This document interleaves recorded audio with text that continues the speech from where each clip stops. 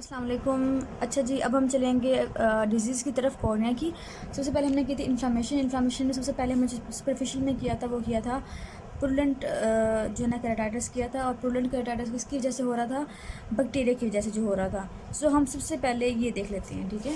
अच्छा, अब है ये कि बैक्टीरियल कॉर्नियल अल्सर जो है वो आपका यूक्यू है, ठीक है। ये आता होता है क्वेश्चन, तो आपने इसको अच्छे से याद करना है। काफ़ी आपके हम जैसा कि आपको पता है कि हम जोगी से पढ़े हैं, सो आपको काफ़ी लंबा टॉपिक दिया हुआ है ये, लेकिन मैं कोशिश करूँगी आपको टू द पॉइंट बालता हूँ और समझाने के अंदाज़ में हर एक समझा दूँ, याद भी करवा दूँ।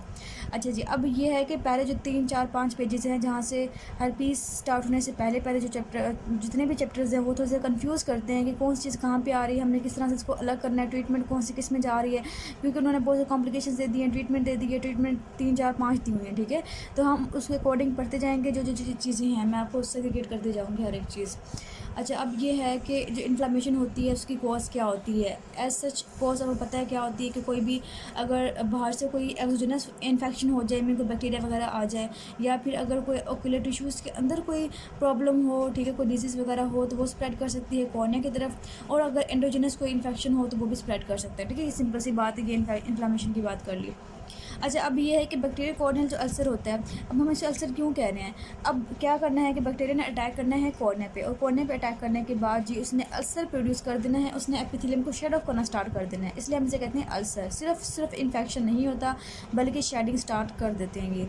अब इसकी अगर हम इटियोलॉजी की बात करें, अच्छा, तो इसमें ना आपने 2 3 बातें याद रखनी है बैक्टीरियल कॉर्नियल अल्सर में। एक तो वो लॉस ऑफ कॉन्टिन्यूटी करेगा, लॉस ऑफ कॉन्टिन्यूटी किसकी? एपिथेलियम की, कॉर्निया की। सेकेंड, टिश्यू के अंदर इन्फिल्ट्रेशन होगी, ठीक है। और इसके अलावा नेक्रोसिस वगैरह स्टार्ट हो जाएगी। इन्फिल्ट्रेशन वगैरह पता है आपको कि इन्फ्लामेटरी सेल्स वगैरह आ जाएंगे तो वो इन्फिल्ट्रेट कर देंगे। और थर्ड में जब है ना नेक्रोसिस वगैरह होगी तो उसकी शेड होगा, एपिथेलियम शेड होगा, तो वहाँ पे डिस्कॉन्टिन्यूटी खुद ब खुद बन जाएगी, ठीक है। तो ये 3 पॉइंट इसके अंदर आ गए। अब हम बात करते हैं टियोलॉजी की। अभी टियोलॉजी में इसमें उन्होंने दुनिया भर के जो है ना सारे बैक्टीरिया उठा के दे दिए कि पाइथेनिक ऑर्गेनिज्म जितने भी होंगे वो सारे जो है ना वो काज करवाएंगे, और मेनली कौन से होते हैं? वो एक्सोजीनस होंगे। अब उन्होंने कह दिया है कि जो ग्राम पॉजिटिव कोकाई होते हैं, इसमें से कौन कौन सी हैं? उन्होंने कह दिया कि स्टेफ ऑरियस अलावा जो है ना स्ट्रेप्टोकोकस हिमोलिटिकस हो गया, और स्ट्रेप्टोकोकस नमूनिया वगैरह हो गया, ठीक है।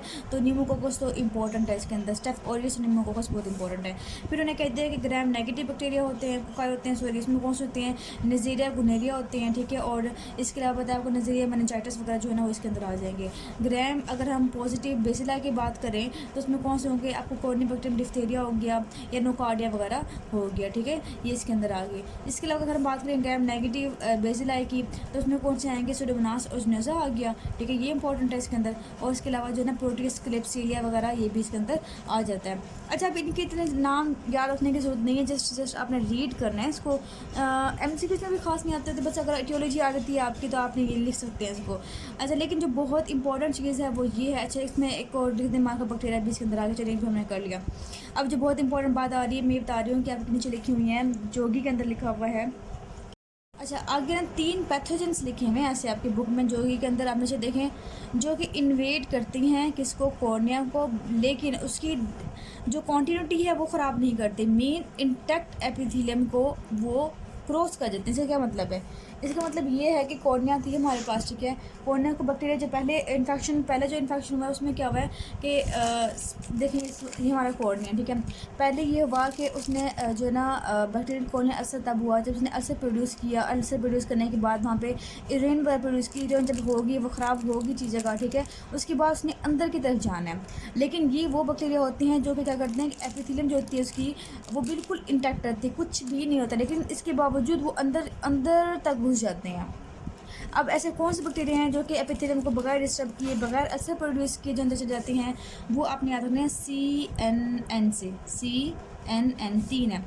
एक है उसके अंदर है, सबसे पहले हम सी करते हैं तो करते हैं कोरिनिबैक्टीरियम डिफ्थीरिया, ठीक है। ये जो है ये बहुत इंपॉर्टेंट है, मतलब तीनों ही इंपॉर्टेंट है। डिफ्थीरिया हो गया, सेकंड की CNN 2 NN है, इसका मतलब ये नज़ीरिया गुनोरिया और नज़ीरिया मेनिंजाइटिस, नज़ीरिया गुनोरिया, और थर्ड है नज़ीरिया मेनिंजाइटिस। ये 3 बहुत इंपॉर्टेंट है, और ये क्या करते हैं कि इन्वेड करते हैं इंटैक्ट को।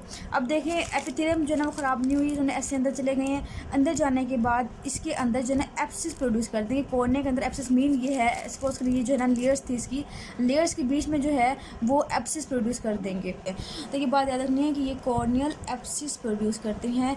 ये इम्पोर्टेंट जो है आपका MCQs है इसमें, ठीक है, ये अपने याद कर लिया। अच्छा, अब हम नेक्स्ट बात करते हैं कि चलें बैक्टीरियल तो देखें, अब आप हैं, मैं हूँ, बाकी हैं। अब हमारे कॉर्निया को तो किसी ने इन्फेक्ट नहीं किया, किसी ने बैक्टीरियल कॉर्नियल अल्सर नहीं, वैसे मतलब ये है कोई ना कोई ऐसे फैक्टर्स हैं जिसकी वजह से जो है ना बैक्टीरियल कॉर्नियल अल्सर होता है, ऐसे बैठे बिठाए नहीं हो जाता। अब वो कौन से होंगे, तो आपको अच्छे से पता है कि सपोज के लिए किसी को कॉर्निया में ऐसी चोट लग जाती है, ट्रोमा हो जाता है। ट्रोमा होने की वजह से ना क्या होगा, वहाँ के एपिथेलियम का डैमेज हो जाएगा। एपिथेलियम का डैमेज हो जाएगा, जैसे अगर हम बात करें कोई आईलैशेस की बात करते हैं तो उसमें भी कॉर्निया की जो ना वो डैमेज हो जाता है। डैमेज होने के बाद हमने कहा था कि आपको याद हो शायद हमने किया था कि जब ट्रिकियासिस हो जाएगा, जब मिसडायरेक्टेड आईलैशेस हो जाएंगी तो वो क्या करेंगे, कॉर्निया को जो ना वो इरोड करेंगी। जब कॉर्निया को बार बार इरोड करेंगे तो वहाँ पर जो उसकी एपिथेलियम वो ख़राब हो जाएगी। उसके बाद हमने कहा था कि उसको केराटाइटिस हो सकता है, ठीक है। तो ट्रॉमा हो गया। ट्रॉमा के साथ हमने याद रखना कि फॉरेन बॉडी, अगर कोई फॉरेन बॉडी सपोज करें चली गई है, जैसे कि आपने देखा होगा जो लोग वेल्डिंग शॉप्स पे काम करते हैं उन्होंने ना गोगल्स पहने होते हैं, बड़े बड़े से ग्लासेस टाइप पहने होते हैं ताकि जो वो छोटे छोटे आयरन के ज़रात होते हैं वो आंख में ना जाए। लेकिन होता है कि बाज़ जो लोग नहीं अगर प्रोटेक्ट करते तो फिर भी उनके आंख में चले जाता है। ऐसी फ़ोन बॉडी चली जाती है अगर, तो ऐसी बात है कॉर्निया के अंदर सुराख हो जाएगा, सुराखों के अंदर चले जाएंगे, या फिर वो कॉर्निया के एपिथेलियम में स्टक भी हो सकते हैं। जो कुछ भी होगा उन्होंने एपिथेलियम डिफेक्ट प्रोड्यूस कर दिया। सेकंड क्या होगा, बैक्टीरिया खुश हो जाएंगे, बैक्टीरिया भागे भागे आएंगे और वो इन्फेक्ट कर देंगे, तो इससे बैक्टीरियल कॉर्नियल अल्सर हो जाएगा, ठीक है। अच्छा, एक तो ये बात होगी, ये उनके लिए है जो कि बैक्टीरिया बेचारे ज़्यादा वायलेंट नहीं थे लेकिन उन्हें कोई ना कोई मौका चाहिए था घुसने का। लेकिन ऐसे बैक्टीरिया भी तो हो सकते हैं, वायलेंट ऑर्गेनिज्म भी हो सकते हैं जिनको ज़रूरत ही नहीं है, ठीक है, जिनको ट्रोमा की जरूरत नहीं है, वो खुद ब खुद भी तो प्रोड्यूस कर सकते हैं ना। कोई भी सपोज करें अगर कुछ थोड़ी सी आई ड्राई हो गई है तो फिर वो जो ऑर्गेनिजम्स हैं वो अटैक कर सकते हैं। इसमें कौन कौन से आएंगे, न्यूमोकोकस आ सकते हैं, ठीक है। इसके अलावा अगर हम बात करें स्यूडोमोनास आ सकता है। आपको पता है कि ये जो भी होते हैं बहुत ज़्यादा जो ना गोनोकोकस वगैरह ये जो हैं ये बहुत ज़्यादा वायलेंट ऑर्गेनिजम्स हैं, ठीक है। अच्छा, थर्ड क्या आएगी, एक तो ट्रोमा हो गया, एक तो हमने बात कर दी ट्रोमा की, एक हमने बात कर दी ऑर्गेनिजम्स की कि वो बहुत ज़्यादा वायलेंट होंगे। थर्ड चीज़ आपके जहन में क्या आएगी, हाँ जी, थर्ड चीज़ ये आनी चाहिए कि अगर आंख की जो है पुअर रेजिस्टेंस हो किसके खिलाफ, किसी भी ऑर्गेनिज्म के खिलाफ रेजिस्टेंस जो है ना वो अच्छी ना हो, मतलब उसकी समझ जैसे इम्यूनिटी लो हो जाना, सेम ऐसे ही है कि उसकी हो जाना। अब कब होगा, हमने इतनी डिजीज़ पढ़ी हैं जिसमें कॉर्निया इफेक्ट लाजमी हो रही थी। जैसे हम बात करते हैं जीरोसिस की, जीरोसिस में क्या था कि आंख ड्राई हो गई, तो ड्राई होने की जैसे क्या था कि एपिथेलियम जो है उसकी डिस्कमेंटेड होती थी, मतलब उसकी वो उतर रही थी बार बार, उसमें क्या होगा, इसमें हो जाएगा। इसके अलावा अगर प्रोटीन मालन्यूट्रिशन है, मीन प्रोटीन की कमी है अगर, ठीक है, उसकी वजह से भी ये डेवलप कर सकता है। इसके अलावा अगर हम बात करें तो कॉर्निया को अगर एडिमा वगैरह हो जाए तो उसमें भी ये हो सकता है। कोई भी जो ना हम कहते हैं कि अगर ऐसे कोई हो गई डिजीज़ हो गई है कॉर्निया की जिससे उसकी जो रेजिस्टेंस है वो पुअर होगी, वो उसको नहीं कर रहे थे, टेयर फिल्म में वो उसको प्रोटेक्ट कर रहा था, टेयर फिल्म प्रोड्यूस नहीं हो रही, हमने वो बात कर ली। अच्छा, अब आपके जहन में एक चीज़ बहुत इंपॉर्टेंट आनी चाहिए,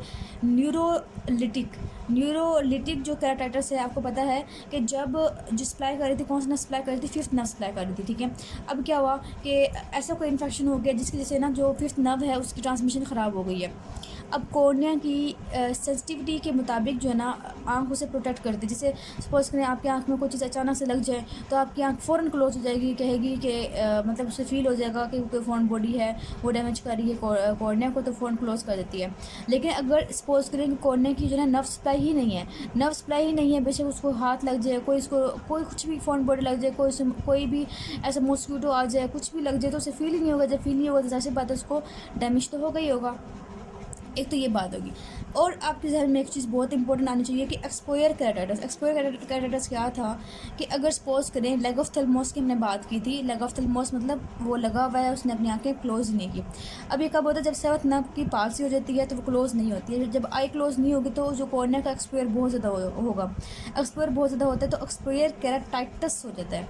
तो इसकी जैसे इन्फ्लामेशन जो होगा वो भी बैक्टीरियल ही हो सकता है, सही है। अच्छा, अब आप किस सिनेरियो में सपोज करें, वो कहते हैं कि एक पेशेंट आया है, उसको फॉरेन बॉडी चली गई है, फॉरेन बॉडी मतलब उसके कोई फॉरेन बॉडी गई है, उसको रिमूव कर लिया या जो भी है, उसके बाद है ना उसको साइन सिम्टम्स आए हैं। वो साइन सिम्टम्स बताती हूँ कौन से आएंगे इसके अंदर, तो फिर आप बताएंगे क्या होगा, तो उसका कॉर्नियल बैक्टीरियल अल्सर ही होगा। ये बहुत कंफ्यूज करता है बच्चों को। बच्चे क्या करती हैं कि वो उसमें बताते होते हैं कि उसमें रेड ऑफ आई भी है, तो बच्चे कह देते हैं कंजक्टिवाइटिस कर देते हैं, लेकिन वो अल्सर का क्वेश्चन होता है, कॉर्नियल अल्सर का। अब वो कैसे होगा मैं बताती हूँ आपको। अच्छा, नेक्स्ट हम पढ़ते हैं स्टेजेस क्या होती हैं। स्टेजेस में ना आपने करना है इसकी आपकी जो, अच्छा ऐसे बच्चे जो चाहते हैं कि हम भी जोगी जो तो इसे करें, तो ऐसे बच्चों को मैं बता दूं कि वहाँ पे बहुत डिटेल से बहुत ही उधर उधर की चीज़ें लिखी हुई हैं, वो ज़रूरत नहीं है वहाँ से करने की। यहाँ बेस्ट लिखा हुआ है, आप यहीं से करें। मैं यही आपसे बार बार कह रही हूँ। बेशक आप अगर आप सेटिस्फाई नहीं है इस बात से तो आप खुद से कंपेयर कर लें, आप एक दफ़ा पढ़ लें। पढ़ने के बाद आपको ये एहसास हो ही जाएगा कि हमें जोगी से ही करना चाहिए। इसलिए बेहतर है कि अपना टाइम वेस्ट ना ही करें। अच्छा, अब आपके स्टेजेस के बारे में बात करूँ तो जो लिखी हुई है जुतोई के अंदर वो लिखी हुई है 4 लिखी हुई है, लेकिन यहाँ पे लिखी हुई है 3। तो हमें 3 ही करनी है, क्योंकि आपकी की जो बनती है वो हमेशा किससे बनती है? जोगी से बनती होती है। अच्छा, अब इसमें कौन सी होती है? इसमें होती है प्रोग्रेसिव स्टेज। आपको पता है कोई भी इन्फेक्शन होगा, जैसे पता है वो प्रोग्रेस करेगा, वो लीड करेगा, तो प्रोग्रेसिव स्टेज इसके अंदर होगी। अब आपको सोचें कि एक कोने के यहाँ पे अल्सर इन्फेक्शन हो गया है और प्रोग्रेस कर रहा है, तो क्या क्या चीज़ें आएंगी? तो आपने इसमें जो मेन बातें हैं ना वो याद रखनी है। वो क्या है? एक तो इसमें इन्फिल्ट्रेशन होगी। आपको पता है कि इन्फिल्ट्रेशन तो लास्ट में होगी। कौन सी? पॉलीमॉर्फ न्यूक्लियर जो होती हैं, लिम्फोसाइट्स वगैरह होते हैं, वो इन्फिल्ट्रेट करती हैं। इन्फिल्ट करने के बाद वहाँ पे ग्रे जोन बना देते हैं।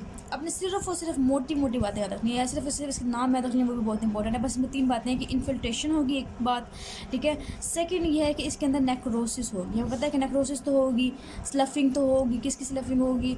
जो एपिथेलियम थी उसकी होगी, क्योंकि वो जो ना नेक्रोस हो के निकल रहा है। थर्ड चीज़ ये है कि इसमें सॉसर शेप ना अल्सर बन जाएगा। अब ये क्या होता है? सॉसर शेप अल्सर कैसे बनता है? जबकि हमारी जो कॉर्निया है हमें कैसे नजर आएगा? हमें वीएल जो हम आँख देख रहे हैं इससे नज़र नहीं आता होता, जब हम टेस्ट करते होते तब नज़र आता है। देखें कॉर्निया जो है वो इतनी पतली सी नहीं है, हमें तो नज़र आते आता है कि इतनी सी है, जैसे ये है इसके अंदर, ठीक है, इतनी सी है। लेकिन ऐसा नहीं होता, इसकी जो लेयर्स काफ़ी सारी आपने पड़ी हुई हैं। जब हम इसको SLE से स्लिट लैब एग्जामिनेशन करते होते हैं तो हमें अच्छी खासी इसकी जो है इससे नजर आती है। अब इसमें क्या होता है कि इसमें जो है ना इन्फिल्ट्रेशन हो गया है, ठीक है, इन्फिल्ट्रेशन होगी। यहाँ पे डिफेक्ट आ गई, ये टूट के निकल के गिर गई हैं, ठीक है। तो यहाँ पे जो है ना पस कलेक्ट हो गई है, पस कलेक्ट होगी, यहाँ पे इन्फ्लेमेटरी सेल्स आ गई हैं। अब ये ऐसा होने की वजह से यहाँ पे इसके एजेस बन जाते हैं अच्छी खासी, इस तरह से एजेस बन जाती हैं। तो इन्हें हम कहते हैं, देखें सॉसर शेप्ड, ये तो सॉसर शेप्ड अल्सर है, ठीक है। और ये ऊपर ओवर हैंगिंग जो है ना एजेस हैं, इसके क्या है? ओवर हैंगिंग एजेस हैं। अब मैं अगर इसकी तस्वीर दिखाऊं बुक की तो मैं दिखा देती हूँ आपको, एक मिनट। ये देखें, ये है इसकी इस तरह से इसकी जो है ना डिफेक्ट आ गया। डिफेक्ट होने के बाद इसके ओवर हैंगिंग एजेस हैं। अब क्या चीज़ हो रही है कि इसमें इन्फिल्ट्रेशन हो रही है, स्लफिंग हो रही है और नेक्रोसिस वगैरह हो रही है। और सॉसर शेप्ड अल्सर था, कौन सी है? प्रोग्रेसिव स्टेज है। ये सिंपल सी बात है, ये आपको याद होगी। और इसको अगर आप करें जुतोई के लिहाज से तो उससे उन्होंने कहा है कि ये एक्टिव स्टेज है, ठीक है, ये एक्टिव स्टेज भी इसको कह सकते हैं। अच्छा, नेक्स्ट हम बात करते हैं सेकंड स्टेज कौन सी होती है? वो होती है रिग्रेसिव स्टेज। आपको पता है हर चीज़ प्रोग्रेस करती है, प्रोग्रेस करने के बाद एक वक्त आता है कि उसका डाउन होना स्टार्ट हो जाती है वो। तो रिग्रेसिव स्टेज में क्या होगी कि हर चीज़ रिग्रेस हो जाएगी। मीन वहाँ पे जो जितना भी एडिमा वगैरह था वो सब सेट हो जाएगा, वो ख़त्म हो जाएगा, ठीक है। अब जिसके एजेस होते हैं वो क्या हो जाएंगे? वो स्मूथ हो जाएंगे। पहले वो तो शार्प से थे, ओवर हैंगिंग थे, अब जो होंगे वो स्मूथ हो जाएंगे। जैसे कि अगर मैं दिखाऊँ आपको इस तरह से, ये है सपोज करें, तो इसके जो एजेस हैं वो इस तरह से स्मूथ से हो जाएंगे। और यहाँ पे जो एडिमा वगैरह था इन्फ्लेमेट से, तो वो थोड़े थोड़े रह गए, कम हो गए हैं, ना ही कुछ पस वगैरह रह गई है इसके अंदर। ये देखें इसके अंदर जो है ना बिल्कुल स्मूथ से इसके एंड हो जाएंगे और इन्फ्लेमेटरी सेल्स भी जो है ना वो कम रह जाएंगे इसके अंदर। अच्छा, अब नेक्स्ट स्टेज आपको क्या नजर आएगी? अब पता है हर एक चीज़ जो ख़राब होती है कुदरत जो है उसको ठीक कर ही देती है। तो थर्ड चीज़ क्या आएगी इसकी कि हीलिंग स्टेज होगी। मीन ये हील कर जाएंगे। सो हीलिंग स्टेज में क्या होगा कि अब देखिए हील करने के लिए क्या क्या होगा। सबसे पहले ये है कि अगर सिर्फ और सिर्फ मैंने पहले बताया था एपिथेलियम का डिफेक्ट है तो वो हील कर जाता है, लेकिन अगर उससे नीचे वुमेन्स मेम्ब्रेन का जो डिफेक्ट अगर आ जाता है तो उसे हील करना मुमकिन नहीं होता। फिर वहाँ पे ओपेसिटी डेवलप कर जाती है। अगर ये सपोज करें ये है वुमेन्स मेम्ब्रेन है, यहाँ तक अगर ओपेसिटी आ गई है तो फिर उसको हील करना मुश्किल होता है, ठीक है। अब हीलिंग में क्या क्या होता है? एक तो आती है सुपरफिशियल वेसल्स आएंगी, वेसल्स लाजमी आती होती हैं साथ साथ, ठीक है। अच्छा, वेसल्स आने के साथ ग्रो करती है लिम्बस के साथ नियर, जैसे यहाँ पे लिम्बस होगा, लिम्बस होती है यहाँ पे अंदर आ जाती हैं।